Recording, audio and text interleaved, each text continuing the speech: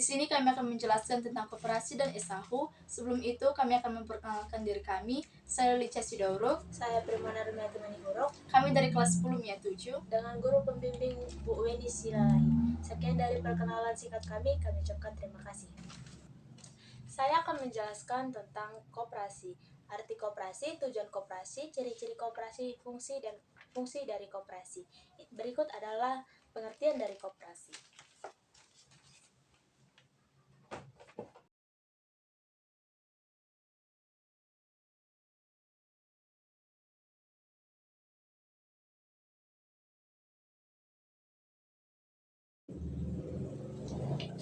Baiklah, di sini sudah ada yaitu pengertian koperasi. Pengertian koperasi menurut Undang-Undang Dasar Nomor 25 Tahun 1992 tentang pengoperasian.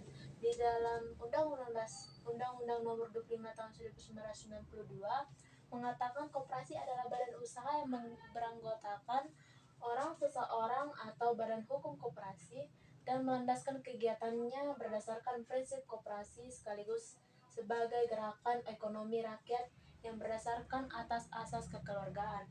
Dan tujuan dari koperasi menurut Undang-Undang Nomor 25 Tahun 1992 adalah memajukan kesejahteraan anggota pada khususnya dan masyarakat pada umumnya, serta ikut membangun tatanan perekonomian nasional dalam rangka mewujudkan masyarakat yang adil, maju, dan makmur berlandaskan Pancasila dan Undang-Undang Dasar.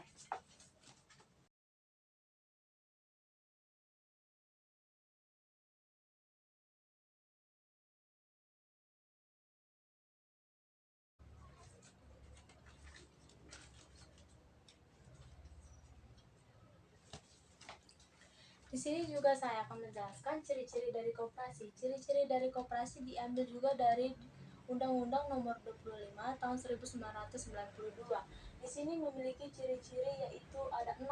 Yang pertama adalah bertujuan meningkatkan kesejahteraan anggota. Yang kedua adalah keanggotaan atas kesadaran anggotanya dan tanpa pemaksaan. Yang ketiga adalah kegiatan dilakukan berdasarkan gotong royong. Yang keempat dijalankan oleh anggota dan untuk anggota.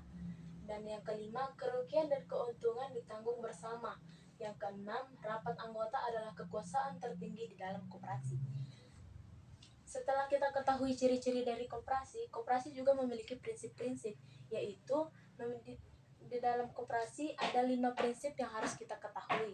Prinsip pertama adalah keanggotaannya bersifat sukarela dan terbuka. Yang kedua, pengolahan dilakukan secara demokratis.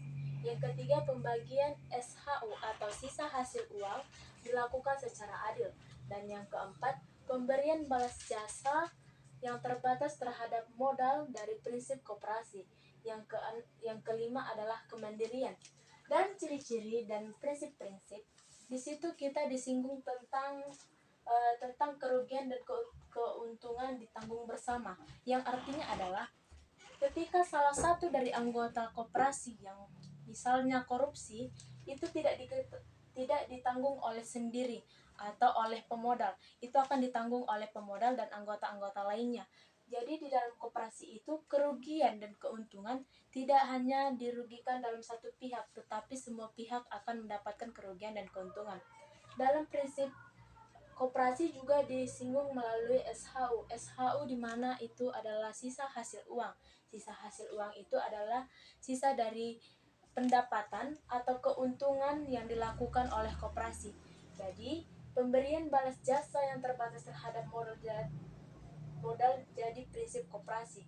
Jadi, pemberian balas jasa dan semua dalam anggota koperasi akan memberi balas jasa, tidak hanya satu atau per orang saja yang memberikan keuntungan dan kerugian. Dan itu dilakukan dengan cara demokratis, tidak sendiri-sendiri, dilakukan secara bersama-sama. Dan dalam prinsip-prinsip koperasi, di situ juga kita dibuat dengan kemandirian, di mana kemandirian itu adalah kita sebagai anggota koperasi dimisalkan dalam kehidupan sehari-hari atau masyarakat yang membuat koperasi atau membuat asuran dengan cara meminjam uang kepada koperasi lalu membayarnya dengan secara ansuran angsurannya, tetapi akan memakan sisa hasil usaha. Hasil usaha itu adalah keuntungan dalam koperasi. Ngomong-ngomong tentang kita sudah mengerti apa itu pengertian koperasi, tujuan koperasi, ciri-ciri koperasi, prinsip-prinsip koperasi. Apa itu fungsi koperasi? Dan ini dia adalah fungsi koperasi.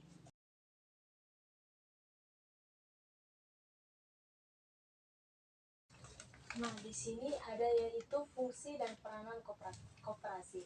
Fungsi dan peranan koperasi yaitu adalah 4. Sebenarnya banyak, tetapi yang perlu kita ketahui hanyalah 4 atau intinya saja. Yang pertama adalah membangun dan mengembangkan potensi dan kemampuan ekonomi masyarakat.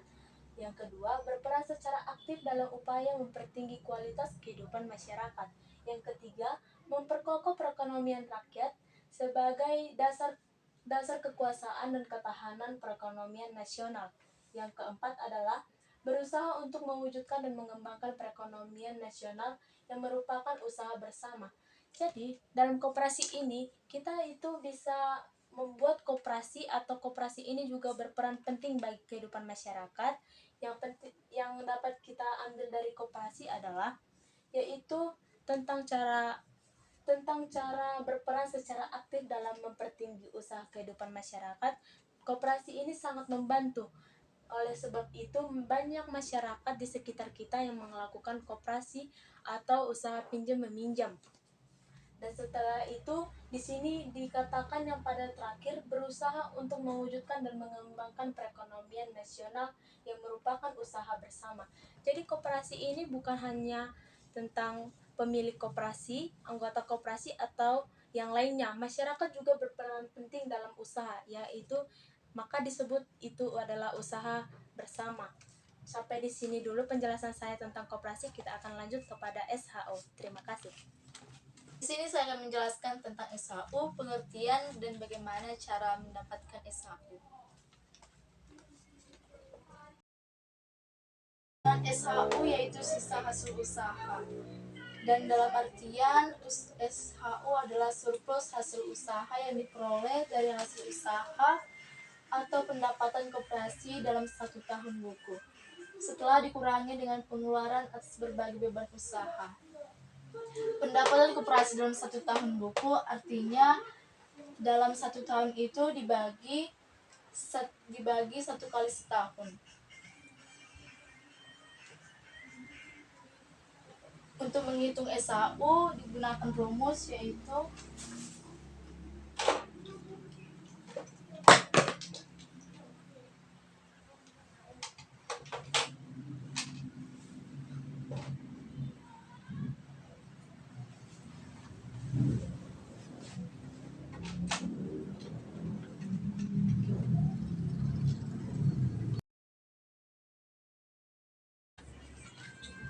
rumus dari SHU yaitu SHU sama dengan JM ditambah JA, dan artian JM jumlah modal, JA jumlah anggota. Untuk mencari JM menggunakan simpangan anggota dibagi total simpangan dikali persentase JM dikali SHU. Untuk mencari JA menggunakan penjualan anggota dibagi total penjualan dikali persentase jumlah anggota dikali SHU.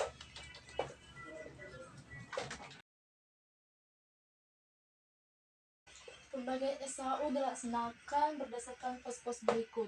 1. Cadangan. 2. Jasa anggota berdasarkan simpanan atau modal. 3. Jasa anggota berdasarkan pinjaman. 4. Dana pengurus. 5. Pengelola koperasi. 6. Dana pendidikan pegawai. 7. Dana pengembangan koperasi. Dan 8. Dana sosial. Sekian dari saya, akan dilanjutkan mengenai contoh soal. Baiklah teman-teman, di sini saya sudah menyediakan contoh soal untuk SHU atau mencari SHU. Di sini diketahui SHU-nya yaitu 50 juta, jumlah modalnya yaitu 40%, jumlah anggota yaitu 20%, dan jumlah total simpanan anggota, simpanan wajib dan pokok yaitu 200 juta, penjualan 80 juta, simpanan Pak Slamet wajib dan pokok yaitu 3 juta, pembelian Pak Slamet 5 juta, dan yang ditanya adalah SHU Pak Slamet.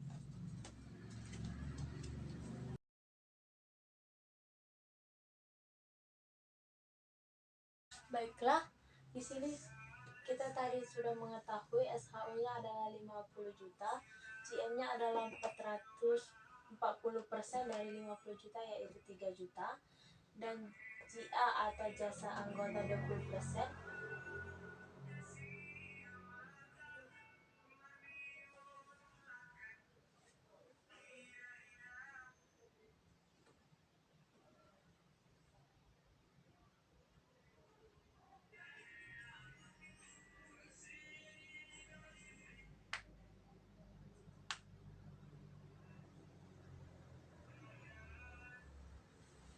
Adalah 55 juta ya,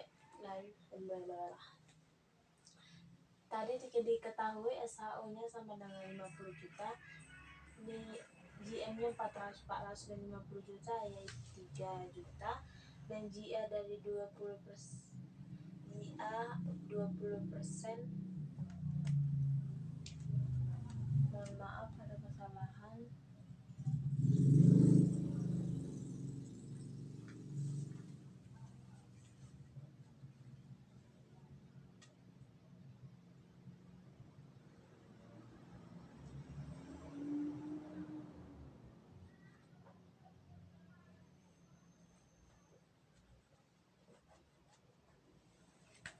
Baik, saya ulangi.